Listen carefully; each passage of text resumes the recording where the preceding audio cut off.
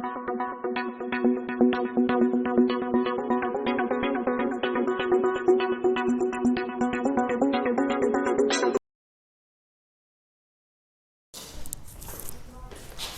students, I am TP Dubey from Mastermind Public Higher Secondary School Hathwas, Piparia. Now I am here to explain you what is the voice.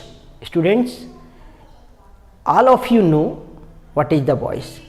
Now you have to understand it, what is the voice. After all, you read voice all the day or during the examination session, but now I want to explain you what is the voice. Now you are watching A and B, two sides, and there are sentences. So I want to explain you what is the voice. Now in Hindi मैं आपको बताना चाहूँगा voice है क्या. अभी हम यहाँ पर देखते हैं, जैसे हमने दो कॉलम बनाए हैं ए और बी. फर्स्ट कॉलम में लिखा है I eat bread. Second sentence है she writes a letter. Third we like tragic films. ऐसे ही हमने यहाँ पर बी वाले में लिखा है bread is eaten by me. A letter is written by her. Tragic film are liked by us. अब यहाँ हमें समझना है कि वॉइस है क्या. हम ये देखते हैं यहाँ पर सब्जेक्ट कुछ कार्य कर रहा है. आई ईट ब्रेड, मैं ब्रेड यानी रोटी, मैं रोटी खाता हूँ. यहाँ सब्जेक्ट कार्य कर रहा है कि रोटी कौन खा रहा है. हु ईट्स द ब्रेड, तो यहाँ आएगा आई ईट ब्रेड. मैं यानी सब्जेक्ट कुछ कार्य कर रहा है यहाँ पर. दूसरा है सी राइट्स अ लेटर, यानी कि हु राइट्स ए लेटर, कौन लिखता है लेटर, तो यहाँ लिखा है सी. यहाँ सब्जेक्ट सी है, सब्जेक्ट कुछ कार्य कर रहा है, सब्जेक्ट इज डूइंग समथिंग. यहाँ सब्जेक्ट कार्य कर. We like tragic films. What do we like, तो वी लाइक, कौन पसंद करता है, तो वी. यहाँ सब्जेक्ट कुछ कार्य कर रहा है.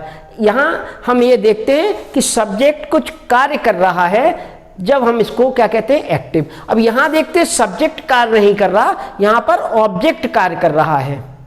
देखिए bread is eaten by me, यहां ब्रेड ऑब्जेक्ट है.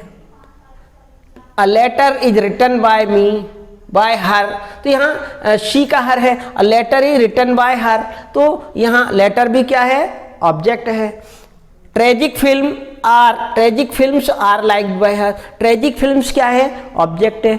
इन दोनों को देखने से हमें ये पता लगता है कि एक सेंटेंस जिसमें सब्जेक्ट कोई कार्य करता है वह एक्टिव कहलाता है, और जिस सेंटेंस में सब्जेक्ट कार्य नहीं करता बल्कि सब्जेक्ट प्रभावित हो जाता है, सब्जेक्ट स्वयं ही प्रभावित हो गया, ऑब्जेक्ट कार्य कर रहा है, यानी इंपॉर्टेंस इसमें क्या है, सब्जेक्ट को है. और बी कॉलम में आप देख रहे हैं यहाँ सब्जेक्ट खुद ही प्रभावित हो गया. जिसमें ऑब्जेक्ट का इंपॉर्टेंस हो, सब्जेक्ट प्रभावित हो जाए, ऐसे सेंटेंस को हम पैसिव वॉइस कहते हैं. और जिसमें एक्टिव का जो है सब्जेक्ट रहे, सब्जेक्ट जो है वो क्या रहे, स्वयं का इंपॉर्टेंस उसको रहे, वो कोई कार्य करे, ऐसे सेंटेंस को हम एक्टिव वॉइस कहते हैं. यानी कि दोनों ही हाल में वर्ब जो है वो ट्रांजिटिव वर्ब है. देखिए, और वर्ब यहाँ पर दो प्रकार के कार्य हो रहे हैं वर्ब के द्वारा. एक तो वर्ब जो है सब्जेक्ट को इंपॉर्टेंस दे रही है, यहाँ पर सब्जेक्ट इंपॉर्टेंट है,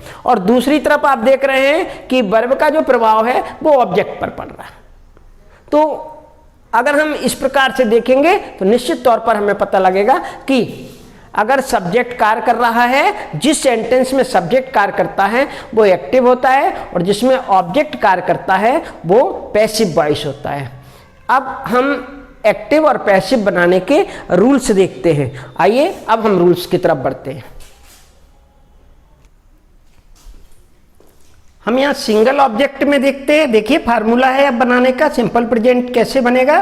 तो हम यहाँ देख रहे हैं, यहाँ देखते कि object plus is am are plus verb third form यानी past participle plus by plus subject, यानी कि ऑब्जेक्ट में होगा ये. अब इसी के आधार पर जब हम इस टेंस को बनाते हैं तो पहले देखें हम एग्जांपल, शी कुक्स फूड.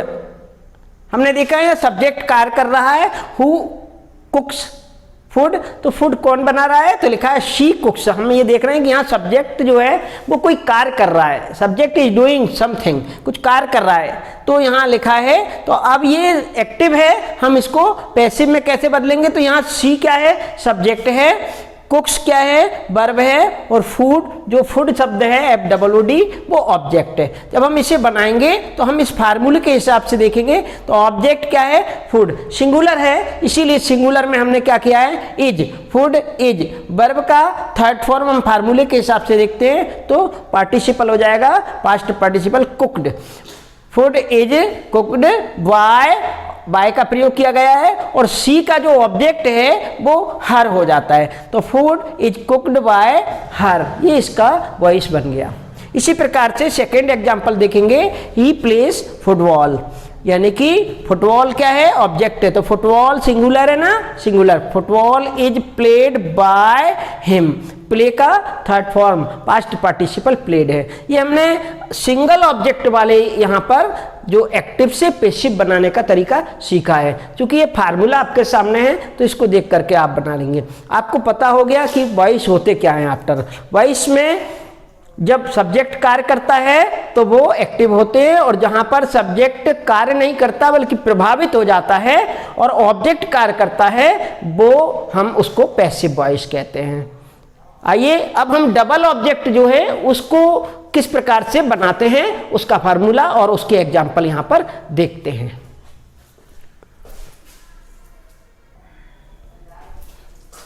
ऐसे ही हम यहां पर देखते हैं डबल, ये जो सिंगल ऑब्जेक्ट है इसकी जगह हम देखते हैं डबल ऑब्जेक्ट।